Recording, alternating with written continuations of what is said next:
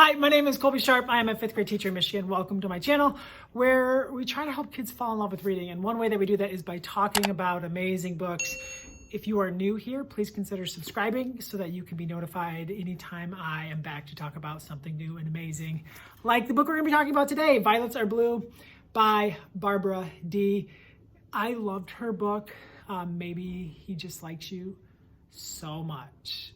So I was so excited when I saw that this book was coming out, and I'm not gonna lie, like, can you just, like, the cover is just, like, how can you not want to read this book? It's so good. So it's a story of a 7th grader named Wren, W-R-E-N, and her parents get divorced, and her dad moves away and ends up getting remarried pretty quickly. She and her mom move as well to kind of get a fresh start. Mom is a nurse. Wren doesn't really want to like hang out with a bunch of people, make a bunch of friends. She just wants to kind of chill at home. She's obsessed with makeup videos. I'm not saying like this is how you put on eyeshadow, but like the whole like face, like transformation makeup. And she's just super fascinated by this one makeup artist. I think her name is Cat FX. Yeah, Cat FX, and she wants to do all these cool makeup things that she's learning about, and she's actually pretty good at it. She goes back and forth a little bit. There's a few times during the book where she goes to New York City to visit her father and his new wife. Come to find out they're gonna have a baby, twins. Her dad's wife seems pretty cool, and she buys her like the nice makeup tools that she needs. She kind of seems like she's got quite a bit of money.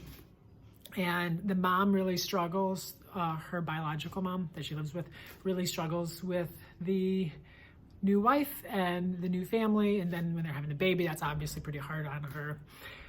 And the mom is like super secretive, and it's kind of weird. Like you don't really know what's going on with her, where she's at. Is she at work? Is she not at work? She puts a lock on her bedroom door and like is very adamant about Wren not going into the bathroom, or her bedroom, I mean, like her bedroom bathroom, like the suite, master suite, whatever it's called. She also makes she really wants Wren to have friends and get involved with things. So Wren ends up joining the play because her friend Poppy is in it, and so she's like, fine, I'll do that. And she ends up getting to do the makeup for the witch in Wicked, the green witch. So she's like really good at that, and really it's going really well. But then like something is up with the mom, and you just can't like figure it out, but you just feel like something's going on like the whole time.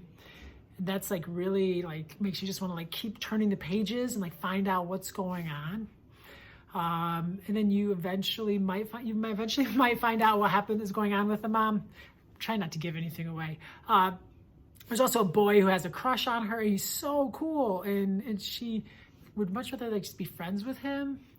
So she doesn't really like him like that. But then that's like so tricky. Like, how do you handle that? And he's a kid that kind of gets made fun of by the more popular kids. So there's that whole aspect. She's just really trying to figure out life.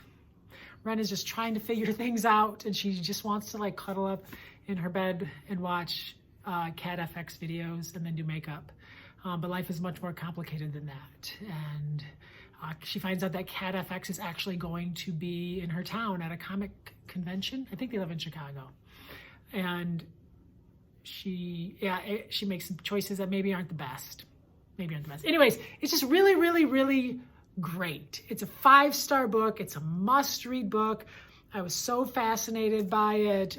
Just the way that this girl is forced to have to grow up so quickly, and the way she has to deal with things that are so hard, and the way she's like in the middle of things. I just think like so many kids are going to be able to relate to this book. So many kids are going to love this book.